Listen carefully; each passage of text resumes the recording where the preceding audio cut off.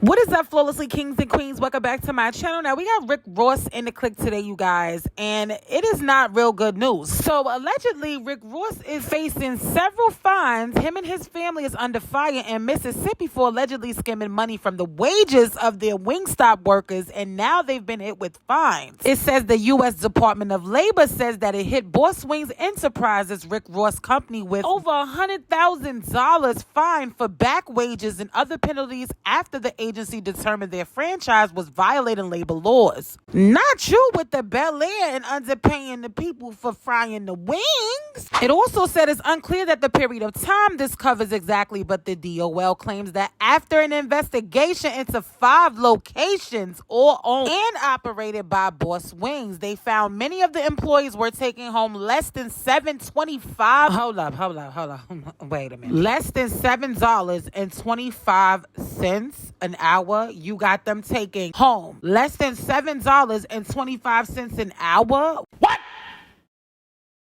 What the fuck? Now, that's just plain disrespectful and crazy. Like, who does that? And not to mention, it said the reason the DOL alleges the owners of these specific franchises were forcing workers to pay for uniforms, basic safety training, background checks, and cash register shortages. Now, this is all alleged. We don't know if this is really true. We don't know what's really going on. It has to be an investigation put out. But if this is true, this would be really bad, because at the end of the day, who does this? You're a black African-American man who is definitely very much so wealthy, who owns multiple businesses. And I'm pretty sure all 5 locations can fit on the property where he lives now. So, you know, it really is unfortunate to have this type of news being circulated around, because he always shows all the wealth that he has, everything he has. And then all type of stuff happen is like, wow, you're underpaying your workers. And I don't know if it's just me, but $7.25 an hour, you can't even wipe your ass with it for a month. And I'm really just saying, let's really talk about it. I really feel like whether there's a difference in cost of living in other areas, I still feel like $7.25 should be illegal, because everything costs besides rent. We talking food, we talking gas, we talking every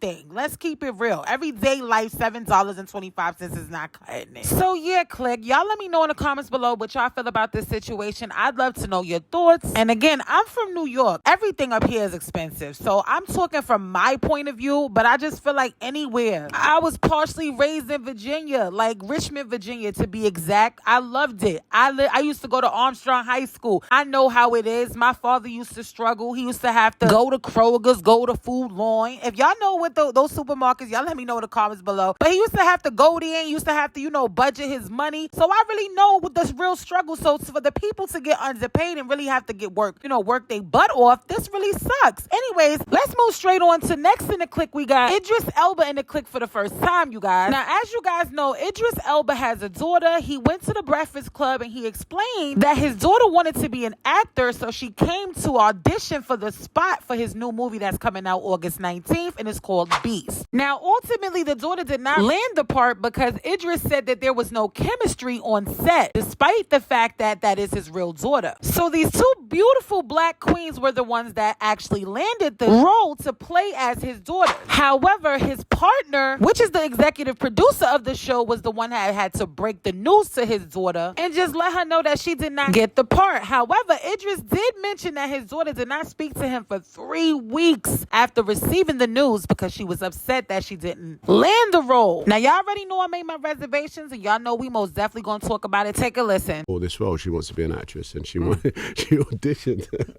And, you know, it came down to chemistry in the end. You know, my daughter and I, she was great, but yeah, the relationship in the film and the relationship between my daughter was the chemistry wasn't right for film, weirdly enough. Mm-hmm. She didn't. My daughter didn't talk to me for about 3 weeks. Wow. So, you know, it's cool. Yeah, I would be kind of upset too. I know. I'd be like, you say we don't have no chemistry as father and daughter? And then who called and said, hey, you didn't get the part?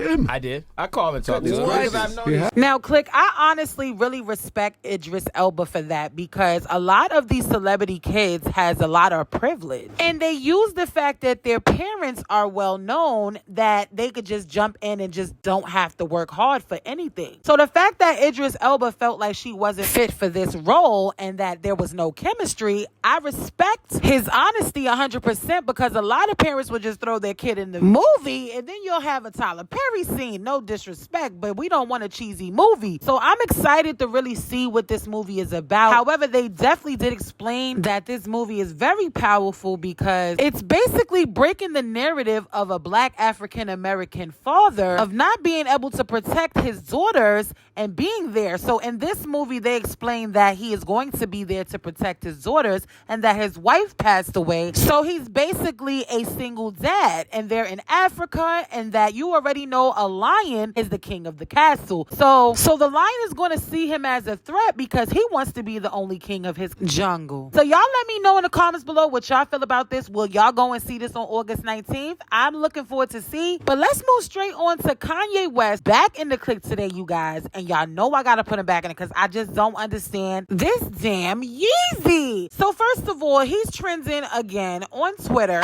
because the Yeezy Gap just dropped and this is how he wants the clothes to be presented inside the Gap store. Someone said this is how they are selling Yeezy Gap. The sales associate said Ye got mad when he saw they had it on hangers and this is how he wanted it. They won't help you find your size too. You just have to just dig through everything. Like what? He's selling these glasses, those gloves, and these hoodies. I mean, we even got the Claremont twins advertising these glasses and Amel with the Gap shirt. Now, Kanye West dropped a statement about his style and it said, look to the children, look to the homeless as the biggest inspiration for all design. And because I always make my reservations, I decided to gather footage of the actual store just so people won't say this is Gap. Now, as you can see, this is the actual Gap store and the hoodies are in these looking, I don't even know what these look like right now. I mean, it's giving garbage bag vibes. But again, I really don't understand why would you want your clothes to be piled up in garbage bags and the store associates cannot help you find your size. You got to figure it out yourself. That's really, really crazy. And click, just to take it a step further, I decided to screen record the Yeezy Gap section because I'm like, let me see, because Gap is a little bit affordable when it comes to Yeezy. Let me check it out. So as I scroll down, I'm like 200 and what? For some pants? Where's the color? $80 for a tank top? Are you serious? I mean, for it to be homeless inspiration, this is way too expensive for a homeless person to afford. I mean, $300 for a bodysuit on a Gap? I'm done. And it's just no shade. That's my opinion. I just feel like Yeezy is just not given to me. I would never. Plus, my ass can't even fit in that shit. So let me. But a bitch is beautiful and sexy as fuck, BB dubs all day. And if they did have my size, I still will never. And I love Ye, but I just feel like boy, just stick to the music because this is not it for me. Like, why are you overcharging homeless clothes? And you got it in a fashion garbage bag in the Gap. Anywho, y'all, I love y'all. On the road to 30K. I'll see you guys in the next video. Love you. Bye.